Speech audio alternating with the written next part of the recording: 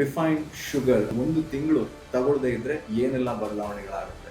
ನಾವು ತಿನ್ನುವ ಜಿಲೇಬಿ ಇರ್ಬೋದು, ಮೈಸೂರು ಪಾಕ್ ಇರ್ಬೋದು, ಡೋನಟ್ಸ್ ಇರ್ಬೋದು, ಕೇಕ್ಸ್ ಇರ್ಬೋದು, ಚಾಕ್ಲೇಟ್ಸ್ ಇರ್ಬೋದು, ಎಲ್ಲ ವೈಟ್ ಶುಗರಲ್ಲೇ ಮಾಡಿರ್ತೀವಿ. ಅದನ್ನು ತಿಂದರೆ ಏನೇನು ಹಾನಿ ಆಗುತ್ತೋ ಅದೆಲ್ಲ. ಅವರಿಗೆ ನಿದ್ದೆ ಸಮಸ್ಯೆ ಇರುತ್ತೆ, ಯಾವಾಗಲೂ ಸುಸ್ತಿರುತ್ತೆ, ಇನ್ಸುಲಿನ್ನ ಬಿಡುಗಡೆಯಲ್ಲಿ ಏರುಪೇರು ಆಗಬಹುದು. ಅದರಿಂದ ಏನಾಗುತ್ತೆ, ಆ ರಕ್ತನಾಳ ತನ್ನ ಕೆಪಾಸಿಟಿಯನ್ನು ಕಳ್ಕೊಳುತ್ತೆ.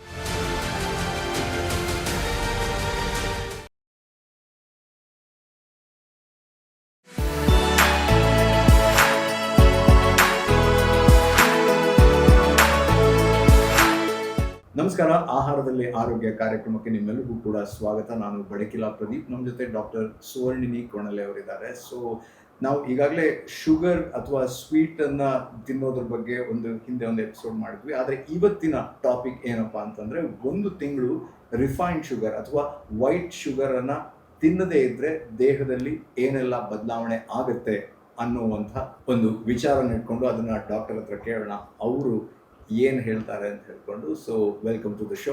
Thank you. So refined sugar ಅಥವಾ ವೈಟ್ ಶುಗರ್ ಏನಿದೆ, ಅದನ್ನು ಒಂದು ತಿಂಗಳು ತಗೊಳ್ಳದೇ ಇದ್ರೆ ದೇಹದಲ್ಲಿ ಏನೆಲ್ಲ ಬದಲಾವಣೆಗಳಾಗುತ್ತೆ? ವೈಟ್ ಶುಗರ್, ಎಸ್, ನಿರ್ದಿಷ್ಟವಾಗಿ ನಿಖರವಾಗಿ ಹೇಳಿದ್ರೆ ವೈಟ್ ಶುಗರ್, ಅದನ್ನು ತಿಂದರೆ ಏನೇನು ಹಾನಿ ಆಗುತ್ತೋ ಅದೆಲ್ಲ ರಿವರ್ಸ್ ಆಗೋದಕ್ಕೆ ಶುರುವಾಗುತ್ತೆ. ಕಂಪ್ಲೀಟ್ಲಿ ಆಗಲ್ಲ, ಅದಕ್ಕೆ ಟೈಮ್ ಬೇಕು. ಕೆಲವೊಂದು ಸಂದರ್ಭದಲ್ಲಿ ಚಿಕಿತ್ಸೆಯೂ ಬೇಕಾಗಬಹುದು. ಬಟ್ ಅದು ಏನು ಹಾನಿ ಮಾಡುತ್ತೆ ಅದು ಕಂಟಿನ್ಯೂಸ್ಲಿ ಮಾಡ್ತಾ ಹೋಗುತ್ತಲ್ಲ, ನಾವು ದಿನ ತಿಂತಾ ಹೋದ ಹಾಗೆ ಅದು ಒಂದು ಹಂತಕ್ಕೆ ನಿಲ್ಲತ್ತೆ ಮತ್ತು ರಿವರ್ಸ್ ಆಗೋದಕ್ಕೆ ಶುರುವಾಗುತ್ತೆ. ಸೊ ಹಾಗಾಗಿ ಮೊದಲು ನಾವು ವೈಟ್ ಶುಗರಿಂದ ಏನೇನು ಸಮಸ್ಯೆ ಆಗ್ತಿದೆ ಅನ್ನೋದು ನೋಡಬೇಕು. ನೋಡೋಣ. ಸೊ ಅದಕ್ಕಿಂತಲೂ ಮುಂಚೆ ವೈಟ್ ಶುಗರ್ ಎಲ್ಲೆಲ್ಲಿ ತಗೋತಾ ಇದ್ದೀವಿ ನಾವು? ರಿಫೈನ್ಡ್ ಶುಗರ್ ಸ್ಪೆಸಿಫಿಕಲಿ ನಾವು ಹೇಳಬೇಕು ಅಂದರೆ, ಇಲ್ಲಿ ನಾವು ಕಾರ್ಬೋಹೈಡ್ರೇಟ್ಸ್ ಬಗ್ಗೆ ಮಾತಾಡ್ತಾ ಇಲ್ಲ, ಬೆಲ್ಲದ ಬಗ್ಗೆ ಮಾತಾಡ್ತಾ ಇಲ್ಲ, ಜೇನಿನ ಬಗ್ಗೆ ಮಾತಾಡ್ತಾ ಇಲ್ಲ. ನಾವು ರಿಫೈನ್ಡ್ ಶುಗರ್ ಬಗ್ಗೆ ಮಾತ್ರ ಮಾತಾಡ್ತಾ ಇರೋದು. ರಿಫೈನ್ಡ್ ಶುಗರ್ ಎಲ್ಲೆಲ್ಲಿ ತಗೋತೀವಿ ಅಂತ, ಈಗ ನಾವು ನಿತ್ಯ ತಗೊಳ್ಳೋವಂಥದ್ದು ಕಾಫಿ, ಟೀ ಅಥವಾ ಏನು ಆ ಥರದ್ದು ಏನು ಪಾನೀಯ ತಗೋತೀವಿ, ಅದರಲ್ಲಿ ಪಾನಕ, ಜ್ಯೂಸ್ ಅಥವಾ ಸಾಫ್ಟ್ ಡ್ರಿಂಕ್ಸಲ್ಲಿರ್ಬೋದು, ಫ್ರೂಟ್ ಜ್ಯೂಸ್ ಏನು ಹೊರಗಡೆಯಿಂದ ತರ್ತೀವಿ ಅದು, ಹೊರಗಡೆ ಸ್ವೀಟ್ಸ್ ಹೊರಗಡೆಯಿಂದ ತಿನ್ನುವ ಯಾವುದೇ, ಈಗ ನಾವು ಹೊರಗಡೆಯಿಂದ ತಿನ್ನುವಂಥ ಎಲ್ಲ ಸ್ವೀಟ್ಸಲ್ಲೂ ಇದೆ. ನಾವು ತಿನ್ನುವ ಜಿಲೇಬಿ ಇರ್ಬೋದು, ಮೈಸೂರು ಪಾಕ್ ಇರ್ಬೋದು, ಡೋನಟ್ಸ್ ಇರ್ಬೋದು, ಕೇಕ್ಸ್ ಇರ್ಬೋದು, ಚಾಕ್ಲೇಟ್ಸ್ ಇರ್ಬೋದು, ಯಾವುದಾದ್ರೂ ಇರ್ಬೋದು, ಎಲ್ಲ ವೈಟ್ ಶುಗರಲ್ಲೇ ಮಾಡಿರ್ತೀವಿ. ನಾಲ್ಗೆಗೆ ನೀರೂರಿಸುವಂಥ ಯಾವುದೇ ಸ್ವೀಟ್ಸ್ ಇದ್ರೂ ಕೂಡ ನಾವು ಪಾರಂಪರಿಕ ಆಹಾರದಲ್ಲಿ ಬೆಲ್ಲದ ಬಳಕೆ ಇದೆ, ಆದರೂ ಕೂಡ ಸುಲಭ ಆಗುತ್ತೆ ಅಂತ ಅದಕ್ಕೂ ಸಕ್ಕರೆ ಹಾಕ್ಬಿಡ್ತೀವಿ. ನಾವೀಗ ವೈಟ್ ಶುಗರನ್ನೇ ಬಳಸುವಂಥದ್ದಾಗಿದೆ. ಕೇಸರಿ ಬಾತ್ ಇರಲಿ, ಪಾಯಸ ಇರಲಿ, ಅದಕ್ಕೂ ನಾವೀಗ ವೈಟ್ ಶುಗರೇ ಹಾಕ್ತಾ ಇದ್ದೀವಿ. ಅದನ್ನು ನಾವು ಬೆಲ್ಲದಲ್ಲಿ ಮಾಡಬಹುದು. ಸೊ ಒಂದು ಕಾಫಿ, ಟೀ, ಇನ್ನೊಂದು ಸ್ವೀಟ್ಸಲ್ಲಿ ಅಥವಾ ಈ ಜಂಕ್ ಫುಡ್ಗಳು ಏನು ತಿಂತೀವಿ ಅದರಲ್ಲಿ ಒಂದು ಸ್ವೀಟ್ನೆಸ್ ಇರುತ್ತಲ್ಲ, ಅಲ್ಲಿ ಮತ್ತೆ ಆರ್ಟಿಫಿಷಿಯಲ್ ಸ್ವೀಟ್ನರ್ ಹಾಕಿರ್ತಾರೆ ಅಥವಾ ವೈಟ್ ಶುಗರ್ ಏನಾದರೂ ಬಳಸಿರ್ತಾರೆ.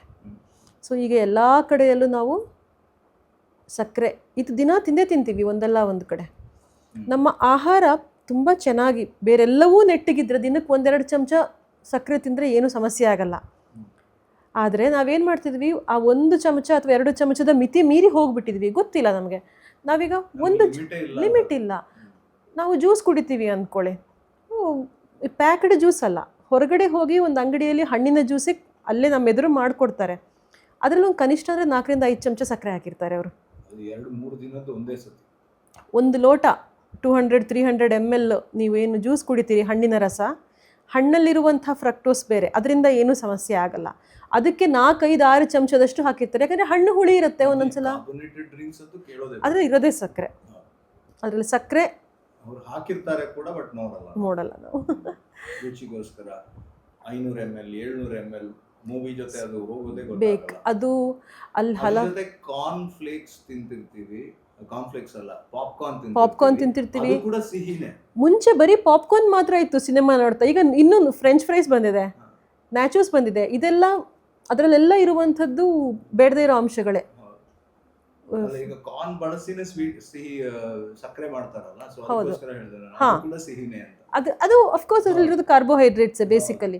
ಸೊ ಬರೀ ಪಾಪ್ಕಾರ್ನ್ ಒಂಚೂರು ತಿಂದರೆ ಸಮಸ್ಯೆ ಇಲ್ಲ, ನಾವು ಎಷ್ಟು ತಿಂತೀವಿ ಅನ್ನೋದು. ಪಾಪ್ಕಾರ್ನ್ ತಿಂತೀವಿ, ಸಿನಿಮಾ ನೋಡ್ತಾ ಪಾಪ್ಕಾರ್ನ್ ಜೊತೆಗೆ ಕಾರ್ಬೋನೇಟೆಡ್ ಡ್ರಿಂಕ್ ಹೋಗುತ್ತೆ, ಇನ್ನೊಂದು ಇಂಟರ್ವಲ್ ಬಂದಾಗ ಮತ್ತೆ ಇನ್ನೊಂದು ಕಾಫಿ ಹೋಗುತ್ತೆ, ಸಿನಿಮಾ ಮುಗಿದ್ಮೇಲೆ ಮತ್ತಿನ್ನೇನೋ ಹೋಗುತ್ತೆ. ಅದೊಂದು ಬೇರೆನೇ ಸಮಸ್ಯೆ ಆಗ್ತಾ ಹೋಗುತ್ತೆ. ಎಲ್ಲದರಲ್ಲೂ ನಮಗೆ ಸಕ್ಕರೆ ಸಿಗ್ತಾ ಹೋಗುತ್ತೆ. ಇಷ್ಟೆಲ್ಲ ಹೋಗ್ತಾ ಇದೆ. ಏನಾಗುತ್ತೆ ಮೊದಲನೇದು, ಯಾವುದಾದ್ರೂ ವ್ಯಾಯಾಮ ಮಾಡ್ತಾ ಇದ್ರೆ ಚೆನ್ನಾಗಿ ಬೆವರು ಸುರಿಸ್ತಾ ಇದ್ದರೆ ಅಂಥ ದುಷ್ಪರಿಣಾಮಗಳು ಆಗೋದಿಲ್ಲ. ಯಾಕಂದರೆ ಕರಗಿ ಹೋಗುತ್ತೆ. ನಿಮಗೆ ಒಂದು ಮಿತಿಯಲ್ಲಿ ತೀರಾ ಜಾಸ್ತಿ ತಿನ್ನದೆ ಒಂದು ಪೀಸ್ ಕೇಕ್ ತಿಂದೆ ಎಕ್ಸಸೈಸ್ ಮಾಡಿದ್ರೆ ಹೋಗುತ್ತೆ, ಸಮಸ್ಯೆ ಆಗಲಿಕ್ಕಿಲ್ಲ. ಬಟ್ ಯಾರಿಗೆ ವ್ಯಾಯಾಮವೇ ಇಲ್ಲ, ಸೆಡೆಂಟ್ರಿ ಲೈಫ್ ಸ್ಟೈಲ್, ಅವರಿಗೇನಾಗುತ್ತೆ, ಒಂದು ನಮಗೆ ತುಂಬ ಸಿಂಪಲ್ಲಾಗಿ ಗೊತ್ತಿರೋದೇನೆಂದರೆ ಬ್ಲಡ್ಡಲ್ಲಿ, ರಕ್ತದಲ್ಲಿ ಸಕ್ಕರೆಯ ಅಂಶ ಜಾಸ್ತಿ ಆಗುತ್ತೆ. ವೆರಿ ಸಿಂಪಲ್, ಎಲ್ರಿಗೂ ಗೊತ್ತಿರೋ ಅಂಥ ಅಂಶ. ವೈಟ್ ಶುಗರ್ ತಗೊಂಡ ತಕ್ಷಣ ಸ್ಪೈಕ್ ಆಗುತ್ತೆ, ಅಂದರೆ ತಕ್ಷಣ ಮೇಲೆ ಹೋಗುತ್ತೆ, ಅದು ಮಿತಿ ಮೀರಿ ಹೋಗುತ್ತೆ. ಅದರಿಂದ ಏನು ಸಮಸ್ಯೆ ಅಂದರೆ 2-3 ಸಮಸ್ಯೆ ಆಗುತ್ತೆ. ಒಂದು, ರಕ್ತದ ಸಾಂದ್ರತೆ ಜಾಸ್ತಿ ಆಗುತ್ತೆ. ನಾವೀಗೊಂದು ಪೈಪಲ್ಲಿ ನೀರು ಹರಿತಾ ಇರುತ್ತೆ, ನೀರಿನ ಆ ಒಂದು ಸಾಂದ್ರತೆ ಕಡಿಮೆ ಇರುತ್ತೆ, ಡೆನ್ಸಿಟಿ ಫ್ಲೋ ಆಗ್ತಾ ಇರುತ್ತೆ. ನೀರಿನ ಬದಲು ಜೇನನ್ನು ಹಾಕಿ ಒಂದು ಪೈಪಲ್ಲಿ, ನಿಧಾನ ಆಗುತ್ತೆ ಅದು ಹೋಗೋದು. ಎಷ್ಟು ನಿಧಾನ ಆಗುತ್ತೆ ಅಲ್ವಾ? ಅದೇ ರೀತಿ ರಕ್ತ, ಅದರಲ್ಲಿ ಸಕ್ಕರೆ ಅಂಶ ಜಾಸ್ತಿ ಆದಾಗ ಅದರ ಥಿಕ್ನೆಸ್ ಜಾಸ್ತಿ ಆಗುತ್ತೆ. ಸೊ ಫ್ಲೋ ಆಗೋದು ಸಮಸ್ಯೆ ಆಗ್ತಾ ಹೋಗುತ್ತೆ ಸಾಂದ್ರತೆ ಹೆಚ್ಚಾದಾಗ. ಅದು ಒಂದು. ಅದರಿಂದ ಏನಾಗುತ್ತೆ, ಸಕ್ಕರೆಯ ಅಂಶವೇ ಇರೋದ್ರಿಂದ ಏನಾಗುತ್ತೆ ಅದರಲ್ಲಿ ಅಂದರೆ ಇನ್ಸುಲಿನ್ ಸ್ಪೈಕ್ ಆಗಿಬಿಡುತ್ತೆ. ಇನ್ಸುಲಿನ್, ಯಾಕಂದರೆ ಸಕ್ಕರೆ ರಕ್ತಕ್ಕೆ ಬಂದ ತಕ್ಷಣ ಸಕ್ಕರೆ ದೇಹಕ್ಕೆ ಸೇರ್ಬೇಕಾದ್ರೆ ಇನ್ಸುಲಿನ್ ಬೇಕು, ಇನ್ಸುಲಿನ್ ಸ್ಪೈಕ್ ಆಗುತ್ತೆ. ಇದು ನಿಧಾನಕ್ಕೆ ಏನಾಗ್ತಿರುತ್ತೆ ಅಂದರೆ ಇನ್ಸುಲಿನ್ ರೆಸಿಸ್ಟೆನ್ಸ್ ಡೆವಲಪ್ ಆಗ್ತಾ ಹೋಗುತ್ತೆ. ಯಾಕಂದರೆ ಇದು ಮತ್ತೆ ಮತ್ತೆ ಮತ್ತೆ ಸ್ಪೈಕ್ ಆಗ್ತಾ ಹೋಗುತ್ತೆ. ದೇಹ ಫುಲ್ ಕನ್ಫ್ಯೂಸ್ ಆಗಿಬಿಡುತ್ತೆ. ಇವಾಗ ನಿಜವಾಗ್ಲೂ ಇನ್ಸುಲಿನ್ ರಿಲೀಸ್ ಮಾಡಬೇಕಾ ಬೇಡವಾ, ಏನು ಎತ್ತ, ದೇಹಕ್ಕೆ ರೆಸಿಸ್ಟೆನ್ಸ್ ಬಂದ್ಬಿಡುತ್ತೆ ಒಂದು ಹಂತ ಆದಮೇಲೆ. ಇನ್ಸುಲಿನ್ನ ಬಿಡುಗಡೆಯಲ್ಲಿ ಏರುಪೇರು ಆಗಬಹುದು. ಎಲ್ರಿಗೂ ಆಗತ್ತೆ ಅಂತಲ್ಲ, ಇದು ಆಗಬಹುದು ಕೆಲವರಿಗೆ ಇನ್ಸುಲಿನ್ ರೆಸಿಸ್ಟೆನ್ಸು. ಮತ್ತೊಂದೇನು ಅಂದರೆ ರಕ್ತನಾಳದ ಒಳಗಿನಲ್ಲೇ ಏನೊಂದು ಟಿಶ್ಯೂಸ್ ಇರುತ್ತಲ್ಲ, ಜೀವಕೋಶಗಳು, ಅದರಲ್ಲಿ ಇನ್ಫ್ಲಮೇಷನ್ ಆಗುವಂಥ ಸಾಧ್ಯತೆ ಜಾಸ್ತಿ ಇರುತ್ತೆ. ಇದು ಬಯೋಕೆಮಿಕಲ್ ಸೆಲ್ಯುಲರ್ ಲೆವೆಲಲ್ಲಿ ಆಗುವಂಥ ಬದಲಾವಣೆ. ಅಲ್ಲಿ ಇನ್ಫ್ಲಮೇಷನ್ ಅಂತ ಹೇಳ್ತೀವಿ, ಉರಿಯೂತ ಅಂತ ಹೇಳ್ತೀವಿ. ಅದು ಈಗ ನಮಗೆ ಸಣ್ಣ ಗಾಯ ಆದರೆ ಸುತ್ತಲೂ ಕೆಂಪಾಗಿರುತ್ತಲ್ಲ, ಹೆಚ್ಚು ಕಮ್ಮಿ ಆ ರೀತಿ ಅಂತ ನಾವು ಅಂದ್ಕೊಳ್ಬೋದು. ಅದರಿಂದ ಏನಾಗುತ್ತೆ, ಆ ರಕ್ತನಾಳ ತನ್ನ ಕೆಪ್ಯಾಸಿಟಿಯನ್ನು ಕಳ್ಕೊಳ್ಳುತ್ತೆ. ರಕ್ತನಾಳ ಇದು ಏನು ಡೈಲೇಟ್ ಆಗುತ್ತೆ, ಅಗಲ ಆಗುತ್ತೆ, ಸಣ್ಣ ಆಗುತ್ತೆ, ಸಂಕುಚಿತಗೊಳ್ಳುತ್ತೆ. ಸೊ ಈ ಸಾಮರ್ಥ್ಯವನ್ನು ಅದು ಕಳ್ಕೊಳ್ತಾ ಹೋಗುತ್ತೆ. ಅಂದರೆ ಈ ಕೆಲಸವನ್ನು ಸರಿ ಮಾಡೋಕ್ಕಾಗಲ್ಲ. ಅದು ಟೈಟಾಗಿ ಅಂದರೆ ಅಗಲ ಆಗಬೇಕಲ್ಲ, ರಕ್ತ ಹೋಗಬೇಕಾದ್ರೆ ಕೆಲವೊಂದು ಸಲ ಬ್ಲಡ್ ಪ್ರೆಷರ್ ಜಾಸ್ತಿ ಆಗುತ್ತೆ. So very simple. ಇದೆಲ್ಲ ಒಂದಕ್ಕೊಂದು ಲಿಂಕ್ ಆಗಿರೋವಂಥದ್ದು. ಇದಲ್ಲದೆ ಮೆಂಟಲ್ ಫಾಗ್ ಅಂದರೆ ನಮಗೆ ಏನೋ ಮಾಡಬೇಕಿರುತ್ತೆ, ಬಟ್ ಏನು ಮಾಡಬೇಕು ಅಂತ ಗೊತ್ತಾಗಲ್ಲ, ಹೇಗೆ ಮಾಡಬೇಕು ಗೊತ್ತಾಗಲ್ಲ, ಯೋಚನೆ ಮಾಡೋಕ್ಕಾಗಲ್ಲ, ಕನ್ಫ್ಯೂಷನ್ಸ್ ಬರುತ್ತೆ. ನೀವೇನೋ ಮಾಡೋಕ್ಕೆ ಕೂತಿರ್ತೀರಿ, ಬಟ್ ನಿಮಗೆ ಗೊತ್ತಾಗಲ್ಲ. ಸೊ ಇಂಥದ್ದು ಹಲವಾರು ಸಮಸ್ಯೆಗಳು ಇದರಿಂದ ಬರುತ್ತೆ. ಸುಸ್ತು ಬರುತ್ತೆ, ಇದೆಲ್ಲ. ಸೊ ನಾವು ಯಾವಾಗ ಶುಗರ್ ತಗೊಳ್ಳೋದು ನಿಲ್ಲಿಸ್ತೀವಿ, ಒಂದು 15 ದಿನ, 1 ತಿಂಗಳು, ವೈಟ್ ಶುಗರನ್ನು ನಿಲ್ಲಿಸಿದಾಗ, ನಾನು ಕಾರ್ಬೋಹೈಡ್ರೇಟ್ಸ್ ಬಗ್ಗೆ ಮಾತಾಡ್ತಾ ಇಲ್ಲ, ಎಗೇನ್ ಕಾರ್ಬೋಹೈಡ್ರೇಟ್ಸ್ ಎಲ್ಲ ಮಾತಾಡ್ತಿರೋದು. ಯಾವಾಗ ಈ ವೈಟ್ ಶುಗರನ್ನು ಎಕ್ಸೆಸ್ ಆಗಿ ತಗೊಳ್ಳೋದು ನಿಲ್ಲಿಸ್ತೀವಿ, ಬರೀ ಅನ್ನ ಸಾರು ಪಲ್ಯ ಊಟ ಮಾಡಿಕೊಂಡು ನಾರ್ಮಲ್, ತೀರಾ ಜಾಸ್ತಿ ಅಂದರೆ 1 ಲೋಟ ಕಾಫಿ, 1 ಚಮಚ ಸಕ್ಕರೆ ಅಷ್ಟೆಲ್ಲೇ ಇದ್ದರೆ 1 ತಿಂಗಳಾಗೋಷ್ಟೊತ್ತಿಗೆ ಈಗಿಷ್ಟು ಸಮಸ್ಯೆ ಹೇಳಿದ್ನಲ್ಲ, ಇದೆಲ್ಲ ಕಡಿಮೆ ಆಗ್ತಾ ಹೋಗುತ್ತೆ. ಮೆಂಟಲ್ ಫಾಗು ಅಥವಾ ಅದು ಕಡಿಮೆ ಆಗುತ್ತೆ, ಮೈಂಡ್ ಕ್ಲಾರಿಟಿ ಬರುತ್ತೆ, ಆ್ಯಕ್ಟಿವ್ ಆಗುತ್ತೆ ಮೈಂಡು ಹೆಚ್ಚು. ಈ ಕ್ರಿಯೇಟಿವಿಟಿ ನಮ್ಮದು ಜಾಸ್ತಿ ಆಗ್ತಾ ಹೋಗುತ್ತೆ. ದೈಹಿಕವಾಗಿ ಕೂಡ ಹೆಚ್ಚು ಕೆಲಸ ಮಾಡಬೇಕು ಅಂತ ಅನಿಸುತ್ತೆ. ಸೋಮಾರಿತನ ನಾವು ಹೇಳ್ತೀವಿ, ಒಂಥರ ಆಲಸ್ಯ, ಜಡತ್ವ ಇರುತ್ತೆ ನಮ್ಮಲ್ಲಿ, ಅದು ಕಡಿಮೆ ಆಗುತ್ತೆ. ಜಾಸ್ತಿ ಕೆಲಸ ಮಾಡಬೇಕು ಅಂತ ಅನ್ನಿಸ್ತಾ ಹೋಗುತ್ತೆ. ಅಂದರೆ ಯಾವಾಗ ನಾವು ಈ ಶುಗರ್ ಜಾಸ್ತಿ ಆಗಿರುತ್ತಲ್ಲ, ಲೆಥರ್ಜಿ ಬಂದಿರುತ್ತೆ, ನಮಗೆ ಕೆಲಸ ಮಾಡೋಕ್ಕಾಗೋದಿಲ್ಲ. ದೈಹಿಕವಾಗಿ ಕೂಡ ಮಾನಸಿಕವಾಗಿ ನಮ್ಮದು ಆ್ಯಕ್ಟಿವ್ನೆಸ್ ಜಾಸ್ತಿ ಆಗುತ್ತೆ, ಚಟುವಟಿಕೆ ಜಾಸ್ತಿ ಮಾಡಬೇಕು ಅಂತ ಅನಿಸುತ್ತೆ.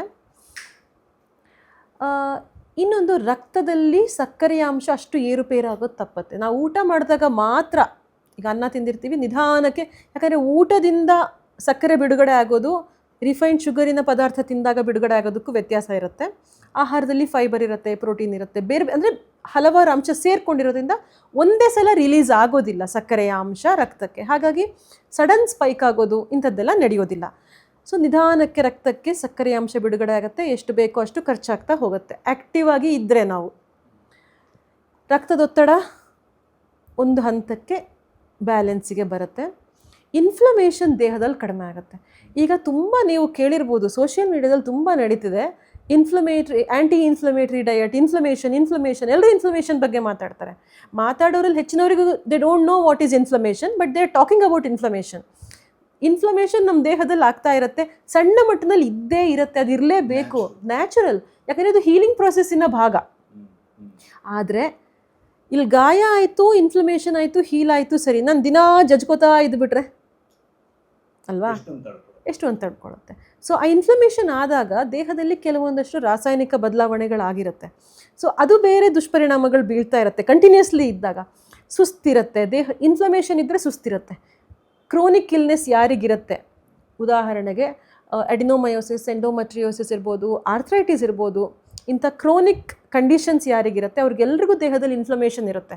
ಅವರಿಗೆ ನಿದ್ದೆ ಸಮಸ್ಯೆ ಇರುತ್ತೆ, ಅವರಿಗೆ ಯಾವಾಗಲೂ ಸುಸ್ತಿರುತ್ತೆ.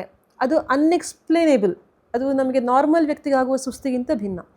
ಸೊ ಇದೆಲ್ಲ ಕಡಿಮೆ ಆಗ್ತಾ ಹೋಗುತ್ತೆ. ದೇಹದಲ್ಲಿ ಕಾಣಿಸದೇ ಇರುವಂಥ ಏನೇನು ಸಮಸ್ಯೆಗಳು ಒಳಗಡೆ ನಡೀತಿರುತ್ತೆ ಅದೆಲ್ಲ ಕಡಿಮೆ ಆಗುತ್ತೆ. ನಿಮಗೆ ಎಲ್ಲಕ್ಕಿಂತ ಮುಖ್ಯವಾಗಿ ಹೆಚ್ಚು ಫ್ರೆಶ್ ಅನಿಸುತ್ತೆ, ಲೆಥರ್ಜಿ, ಸುಸ್ತು, ಆಲಸ್ಯ, ಜಡತ್ವ ಕಡಿಮೆ ಆಗುತ್ತೆ, ಸುಸ್ತು ಕಡಿಮೆ ಆಗುತ್ತೆ, ಜೀರ್ಣಕ್ರಿಯೆ ಚೆನ್ನಾಗಿ ನಡೆಯೋಕ್ಕೆ ಶುರು ಆಗುತ್ತೆ, ಮತ್ತು ಜಾಯಿಂಟ್ಗಳು ಹೆಚ್ಚು ಆ್ಯಕ್ಟಿವ್ ಆಗಿ ಕೆಲಸ ಮಾಡುತ್ತೆ. ಸೊ ಅಂದರೆ ಇದರ ಪಟ್ಟಿ ಹೇಳ್ತಾ ಹೋದ್ರೆ ಅದೇ ತುಂಬ ಇದೆ, ಆಗುತ್ತೆ, ಒಳ್ಳೆಯ ಪ್ರಭಾವಗಳು ಆಗುತ್ತೆ. ಆದರೆ ಇದನ್ನು ಎಷ್ಟು ಪ್ರಾಕ್ಟಿಕಲಿ ನಾವು ಮಾಡಕ್ಕೆ ಸಾಧ್ಯ ಆಗುತ್ತೆ ಅನ್ನೋದಿರೋದು, ಆದಷ್ಟು ಅದನ್ನ ಲಿಮಿಟ್ಗೆ ತರ್ತಾ ನಿಧಾನಕ್ಕೆ ಕಮ್ಮಿ ಮಾಡೋದು, I think it's the best way out ಅಂತ. ಹೊರಗಡೆ ತಿನ್ನೋದನ್ನ, ಜಂಕ್ ಫುಡ್ ಅಥವಾ ಹೊರಗಡೆಯಿಂದ ತಿನ್ನೋದನ್ನ ಕಟ್ ಆಫ್ ಮಾಡಬಹುದು. ಯಾವತ್ತೋ ಒಂದು ದಿನ ತಿನ್ನಿ, ಬೇಡ ಅಂತಲ್ಲ, ಒಂದಿನ ಸ್ವಲ್ಪ ತಿನ್ನಿ, ಮಿತಿ ಮೀರಿ ಅದನ್ನೇ ತಿನ್ನೋದು, ಅದ್ರ ಮೇಲೆ ಮತ್ತೆ ಮನೆಗೆ ಬಂದು ರಾತ್ರಿ ಊಟ ಮಾಡಲೇಬೇಕು ಅಂದ್ಕೊಂಡು ಮತ್ತೆ ಊಟ ಮಾಡೋದು, ಸೊ ಎಕ್ಸೆಸ್ ಆಗ್ತಾ ಹೋಗುತ್ತೆ. ಮಿತಿಯಲ್ಲಿ ಯಾವಾಗಲೂ ಒಂದಿನ ಸ್ವಲ್ಪ ತಿಂದರೆ ಏನೂ ಸಮಸ್ಯೆ ಇಲ್ಲ. ಇನ್ನೊಂದೇ ಒಂದು ಅಂಶ ಏನು ಅಂದರೆ, if at all you are eating that, consume that with ghee ಜಾಸ್ತಿ ಮಾಡಿ, ಆ ತುಪ್ಪದ ಪ್ರಮಾಣ ಜಾಸ್ತಿ ಮಾಡಿ. That helps reducing the sudden spike. ತುಪ್ಪ ಅದರ ದೋಷಗಳನ್ನು ಸ್ವಲ್ಪ ಮಟ್ಟಿಗೆ ಕಡಿಮೆ ಮಾಡುತ್ತೆ. Thank you so much. Actually ಈ ರಿಫೈನ್ಡ್ ಶುಗರ್ ಅಥವಾ ವೈಟ್ ಶುಗರ್ನ ಗುಣಗಾನ ಮಾಡ್ತಾ ಹೋದರೆ ನಮಗೆ ಒಂದು ಸಂಚಿಕೆ ಸಾಕಾಗಲ್ಲ. ಆದರೂ ನಿಮಗೆ ತುಂಬ ಸ್ಥೂಲವಾಗಿ, ತುಂಬ ಶಾರ್ಟಾಗಿ ಈ ವಿಚಾರಗಳನ್ನು ತಿಳಿಸ್ಕೊಟ್ಟಿರುವಂಥ ಸುವರ್ಣಿನಿ ಕೊಣಲೆ ಅವರಿಗೆ ಧನ್ಯವಾದಗಳನ್ನು ಹೇಳ್ತಾ, ಮುಂದಿನ ಸಂಚಿಕೆಯಲ್ಲಿ ಮತ್ತೊಂದು ಟಾಪಿಕ್ ಅನ್ನು ತಗೊಂಡು ಬರೋಣ. ಮುಂದಿನ ಸಂಚಿಕೆಯಲ್ಲಿ ಸಿಗೋಣ. ನಮಸ್ಕಾರ.